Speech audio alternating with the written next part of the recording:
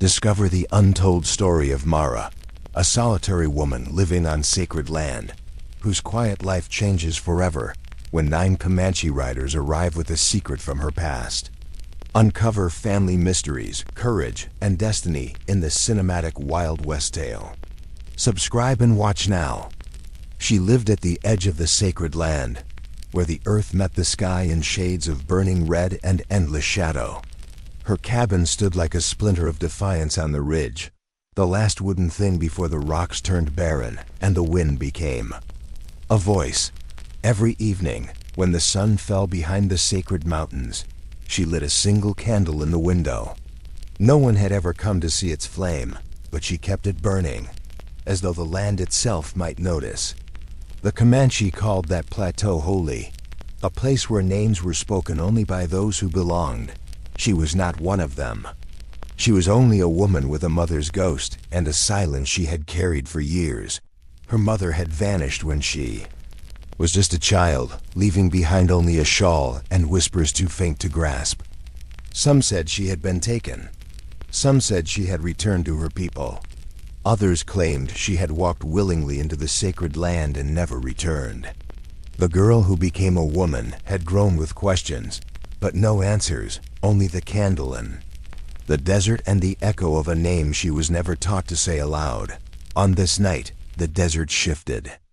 The candle's flame trembled in the glass, not from the wind, but from the weight of something approaching.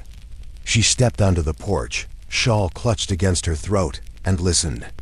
At first, it was nothing, just the moan of the plateau, the rattle of dry weeds. Then she heard it, the rhythm of hooves. Not one, not too many. The sound grew heavier as though it carried with it the shadow of a storm. 9 riders came out of the dusk, their figures stretching long across the sand. Comanche. She knew it by the way they carried themselves, by the stillness of their approach. They did not shout, did not brandish weapons, did not rush. They rode as if the land itself had sent them, slow and deliberate, their eyes reflecting the last light of the sun. She counted them, 1, 2, 3, 9, and her breath faltered. When she saw the front rider dismount, step into the dust, and call out a name. Not her name, her mother's, her knees weakened. The desert spun. No one had spoken that name in her presence for years, not since the night her mother vanished into the silence of sacred land. The name carried weight, like a stone dropping into water, spreading ripples into every shadow she had buried. She gripped the porch rail, candlelight flickering behind her, and waited for the earth itself to split. That was how it began the night the sacred land answered back, not with silence, but with 9 riders who carried her mother's name.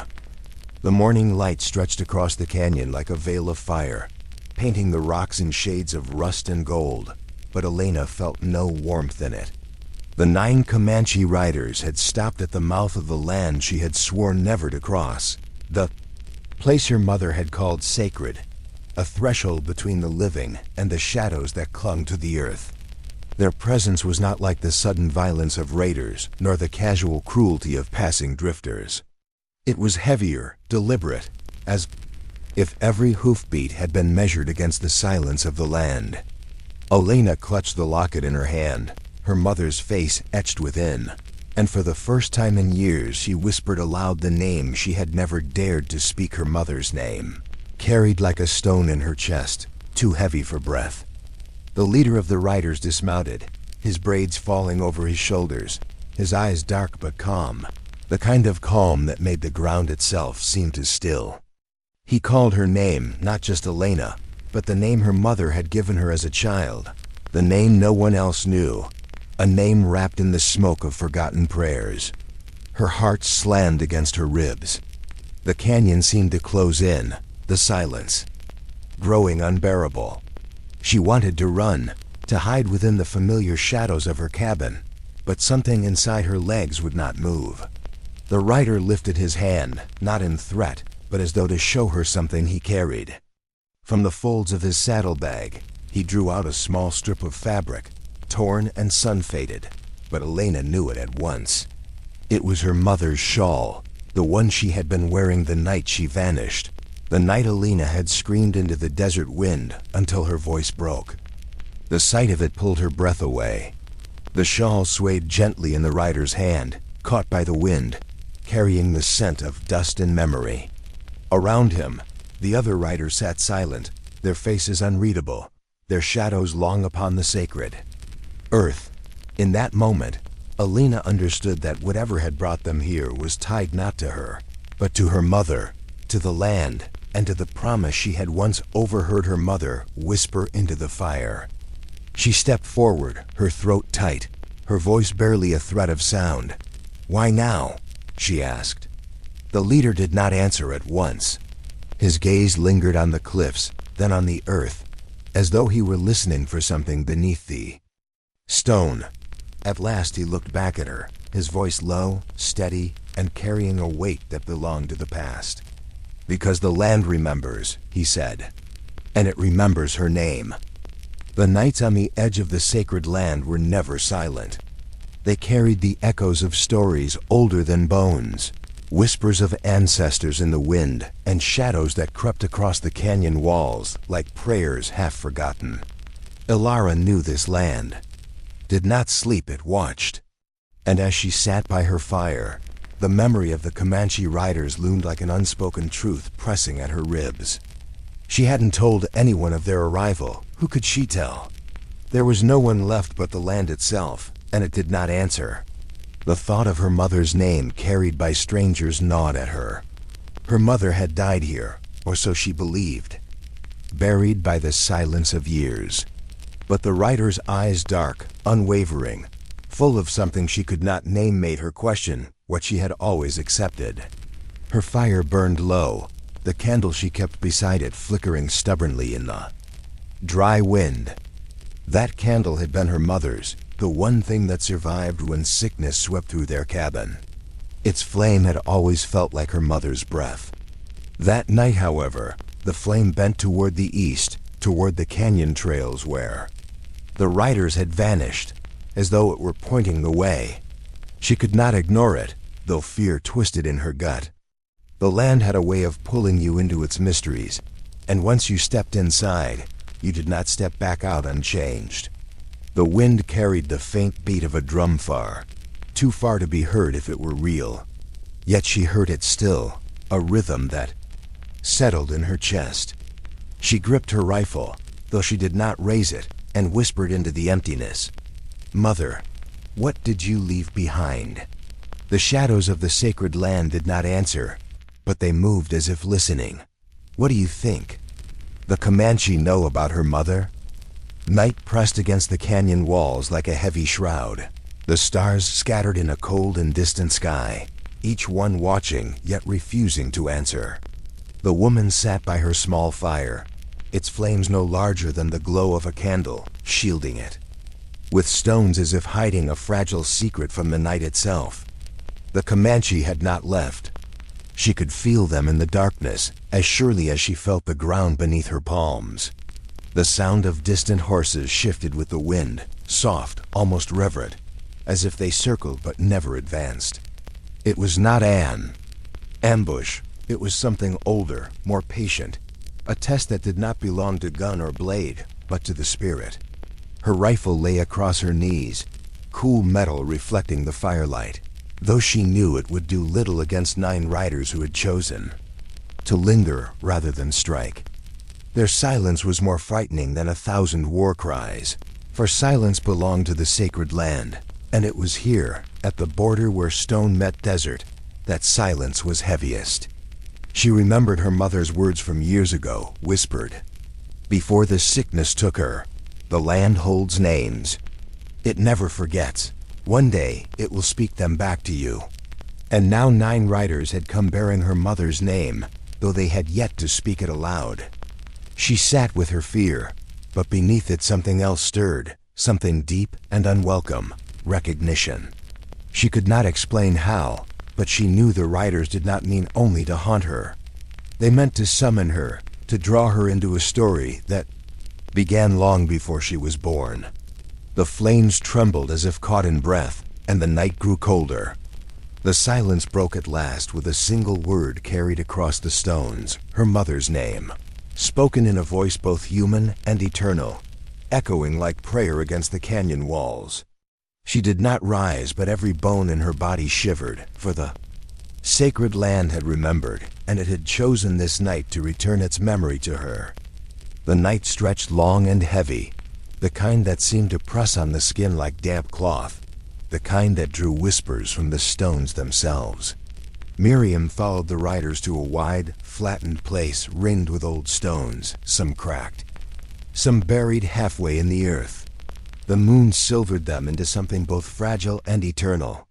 The Comanche tied their horses back in the shadows, letting the land breathe, as though what they carried was too sacred to share with hoofbeats. They stood in a half circle, silent, watching her, their eyes like flint sparks in the moonlight. The old man who had spoken her mother's name knelt down, brushed his palm across the largest stone, and began humming something low, as if awakening the ground. Miriam stood still, clutching the locket that seemed to warm against her palm. A sudden rush of air stirred her hair, an owl settling on a crooked branch, silent but watchful, its pale face turned toward her.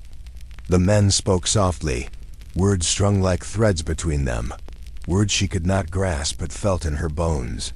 The old man finally looked up, his voice carrying across the ring. "Your mother once stood here, child." She placed her hand where you stand now. Miriam's breath shuddered. Her knees weakened, as though the earth had been pulled out from under her. "She asked us to return her name to you," he continued, eyes not leaving hers. He reached into his blanket and pulled a small bundle, wrapped in faded buckskin, tied with a strand of red thread. He set it gently on the stone. "This belongs to you. Her name, her story, and the choice what you do with it." Miriam hesitated, her hand trembling above the bundle. She felt the weight of years, of silence, of nights spent wondering who she truly was. Around her, the riders bowed their heads, as if the moment was not hers alone, but theirs too.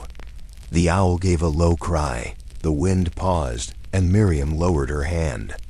The leather was cool beneath her fingertips, yet it pulsed faintly, like something alive. She could not speak. Not yet, but in her chest, a fire began, fragile, unfamiliar, and ancient. The night stretched long and heavy, the kind that seemed to press on the skin like damp cloth, the kind that drew whispers from the stones themselves. Miriam followed the riders to a wide, flattened place ringed with old stones, some cracked, some buried halfway in the earth. The moon silvered them into something both fragile and eternal. The Comanche tied their horses back in the shadows, letting the land breathe, as though what they carried was too sacred to share with hoofbeats. They stood in a half circle, silent, watching her, their eyes like flint sparks in the moonlight. The old man who had spoken her mother's name knelt down, brushed his palm across the largest stone, and began humming something low, as if awakening the ground. Miriam stood still, clutching the locket that seemed to warm against her palm. A sudden rush of air stirred her hair, an owl settling on a crooked branch, silent but watchful, its pale face turned toward her. The men spoke softly, words strung like threads between them, words she could not grasp but felt in her bones. The old man finally looked up, his voice carrying across the ring. "Your mother once stood here, child." She placed her hand where you stand now. Miriam's breath shuddered. Her knees weakened, as though the earth had been pulled out from under her. "She asked us to return her name to you," he continued, eyes not leaving hers. He reached into his blanket and pulled a small bundle, wrapped in faded buckskin, tied with a strand of red thread. He set it gently on the stone. "This belongs to you. Her name, her story, and the choice what you do with it." Miriam hesitated, her hand trembling above the bundle. She felt the weight of years, of silence, of nights spent wondering who she truly was. Around her, the riders bowed their heads, as if the moment was not hers alone, but theirs too. The owl gave a low cry, the wind paused, and Miriam lowered her hand. The leather was cool beneath her fingertips, yet it pulsed faintly. Like something alive. She could not speak. Not yet, but in her chest, a fire began, fragile, unfamiliar, and ancient. The night grew heavy with silence, the kind of silence that pressed against the chest and slowed the breath. Emma sat by the dying fire, watching the flames curl weakly, the embers painting her face in fleeting orange light. The riders had not left. They lingered in the distance, their silhouettes etched against the purple-red horizon, as if they were waiting for something, perhaps for her, perhaps for the land itself to speak. The horses shifted restlessly, their hooves stirring. The dust, yet the men remained still, watching. Emma tightened her coat around her shoulders, though the air was not cold. It was the kind of chill that came from being watched, from being measured by eyes that carried more history than her own. One of them had spoken her mother's name, and since that moment, she had felt unmoored, as if the ground she had walked on her whole life was no longer hers. Her mother had never spoken of Comanche ties, never whispered of a name that could be carried on the wind and set strangers looking at Emma with recognition. She had thought her mother a woman of silence, of roots planted only in hardship and survival. But now, she wasn't sure. The riders did not push closer, nor did they ride away. It was a standstill of patience, the kind of patience that could stretch into days if it needed to. Emma's fingers smoothed the rifle across her lap. The fire popped, sending sparks into the night, but she kept her eyes fixed on them. Then, just as she thought the stillness would break her, one rider finally moved. He dismounted with a slow, deliberate motion, placing his hands wide and empty as he stepped forward, his shadow long against the desert floor. His face was worn, not with age but with experience, carrying the deep lines of sun, wind, and loss. His voice carried across the space, steady, as if it were not merely a language but a bridge. "Your mother walked these lands before you," he said. "Not as stranger, not as settler. She walked as one of us." Emma's breath caught. The fire between them hissed, devouring its last bit of wood.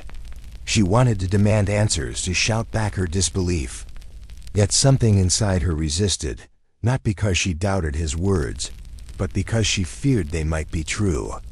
She searched his face, looking for malice, but found only certainty.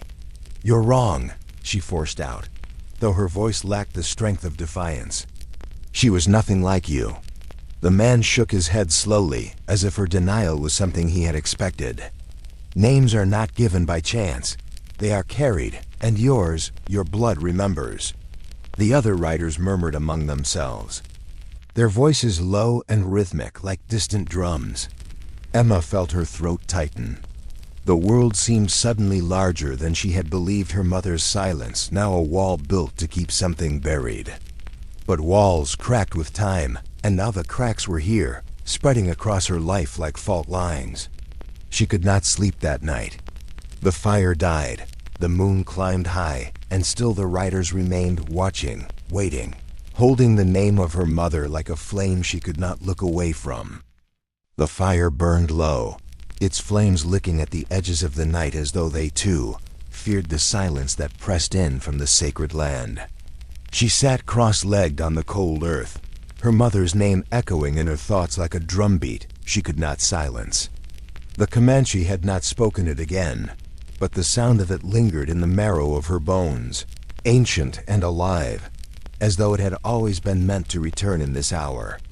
The wind carried with it scents of sage and ash, and the land itself seemed restless, whispering secrets into the dark. She turned her gaze toward the riders, their shapes faint against the ridge, their silhouettes outlined by the moon. They did not move closer, nor did they ride away. They simply waited, their presence as unyielding as the stars overhead. Her mind wandered to memories she could not place dreams, perhaps where her mother's face would appear only in fragments. The curve of a hand, the warmth of a voice, the shadow of hair against light. But now those fragments seemed sharper, tinged with the edge of truth, as if the Comanche's words had carved away the veil of forgetting.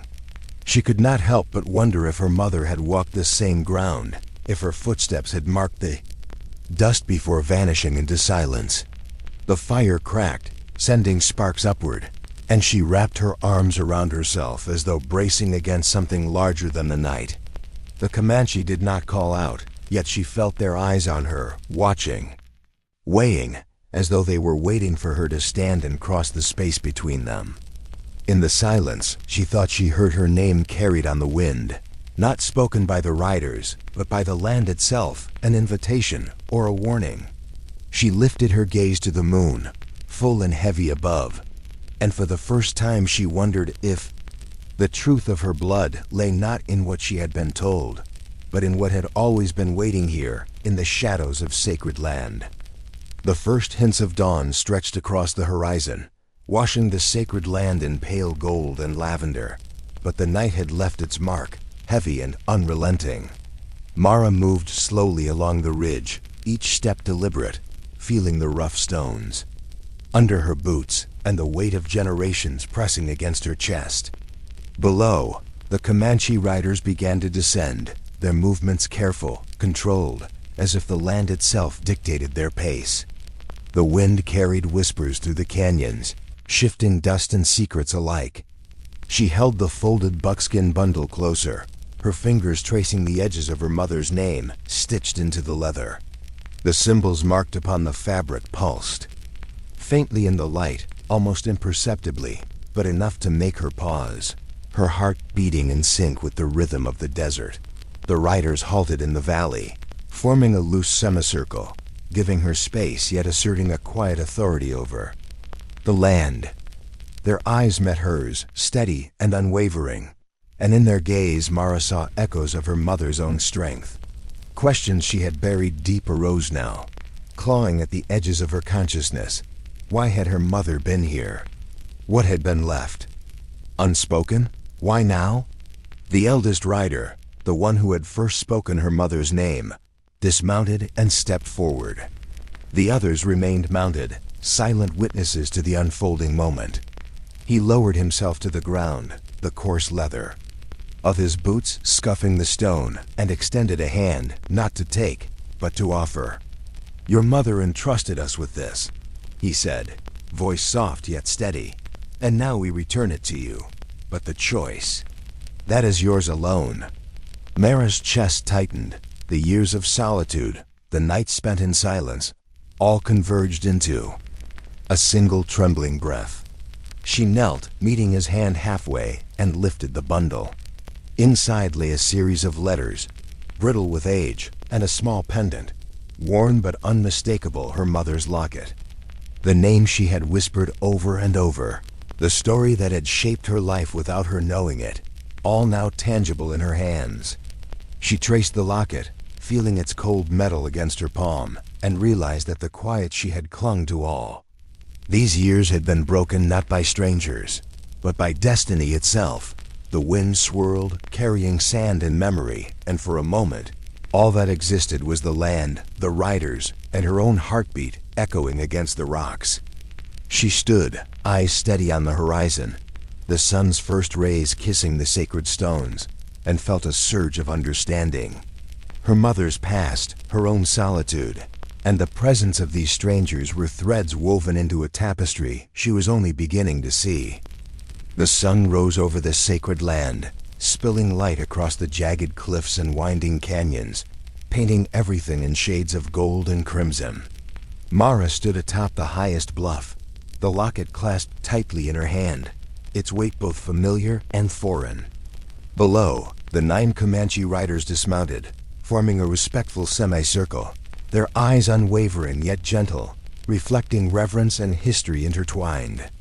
The air was thick with wind and memory, carrying scents of sage, earth, and the echo of generations past. Each gust seemed to whisper her mother's name, as if the land itself had been waiting for this moment to reveal its truth. For 20 years, she had lived alone, her life bounded by silence and the sweeping winds that no human could tame. She had learned to navigate the emptiness, to read the skies, and to understand the subtle language of the desert. Yet nothing had prepared her for the quiet authority these riders carried, the kind of authority that did not demand obedience, but invited understanding. Mara's eyes scanned their faces, memorizing every line, every shadow, every expression that told a story older than the trails beneath them. One rider stepped forward, extending his hand, not in challenge but in recognition. "You carry her blood, her story, and her courage," he said softly, voice harmonizing with the wind that cut across the cliffs. "Your mother left pieces of herself scattered through these lands, and now you hold them together." Mara knelt, closing her eyes, letting the wind tousle her hair, and felt a connection she had never known, a thread linking her to her mother, to the riders, and to the vast eternal land itself. The locket gleamed in the sunlight, a small but radiant symbol of identity, history, and choice. Slowly she stood, heart steady, eyes resolute, knowing she had inherited more than just a name. She had inherited understanding, belonging, and the ability to shape the quiet into something enduring. The riders lowered their gaze respectfully, their presence fading into the golden horizon as Mara watched the day unfold for the first time. In her life, Mara understood that solitude was not an absence, but a space where connection could be discovered, nurtured, and honored.